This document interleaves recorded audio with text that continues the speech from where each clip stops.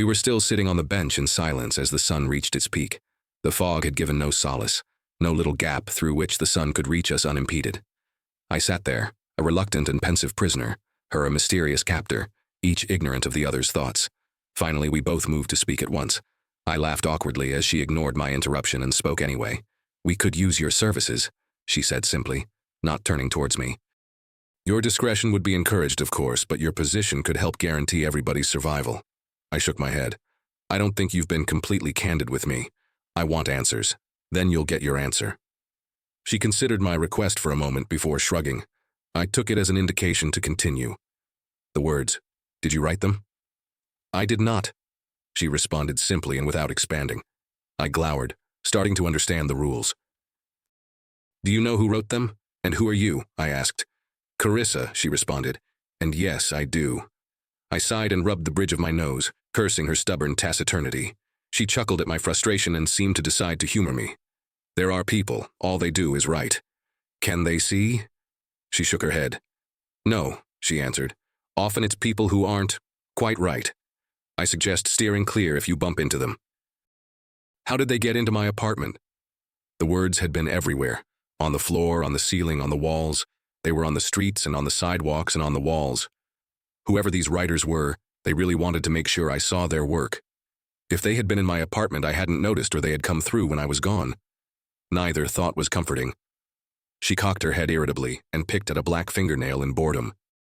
If they had been in my apartment, I hadn't noticed, or they had come through when I was gone. Neither thought was particularly comforting. She cocked her head at me irritably, and then picked at a black fingernail in apparent boredom. "This is a lot of questions for me to get one answer." When I stayed silent, she sighed. "There are handlers who help them and direct them." She paused before deciding there was more to say. "This is a lot of questions for me to get one answer." When I stayed silent, she sighed with exasperation. "There are handlers who help them and direct them." She paused.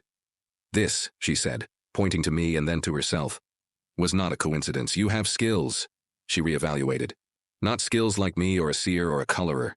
You have connections and a position that happens to coincide with where we think the answers are." "The firm?" She nodded, and I felt vindicated by my suspicions that they had been too prepared. This cult or organization had come to the same conclusion. "We need you to keep going to work. Keep pretending you're blind, obviously. Don't draw attention to yourself. Keep interacting with the Rosistants. Tell them you're keeping an eye out for others. I don't care.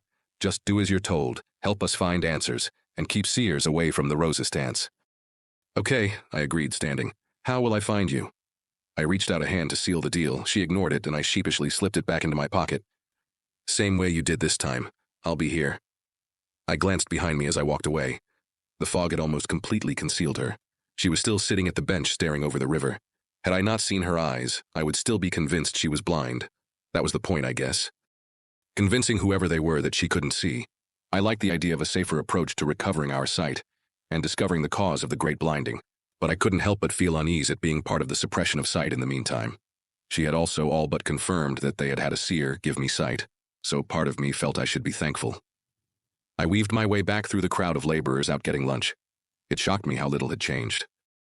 In spite of everybody being blind and, as if for good measure, the world going gray, cars still whizzed by, albeit driverless cars now. Stoplights still blinked, just slightly different shades of gray instead of red or green or yellow. Televisions in cafes still ran the news, the background noise providing comfort.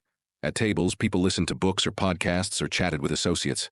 The spontaneity, catching someone's eye in a coffee shop or connecting over a book, seemed gone.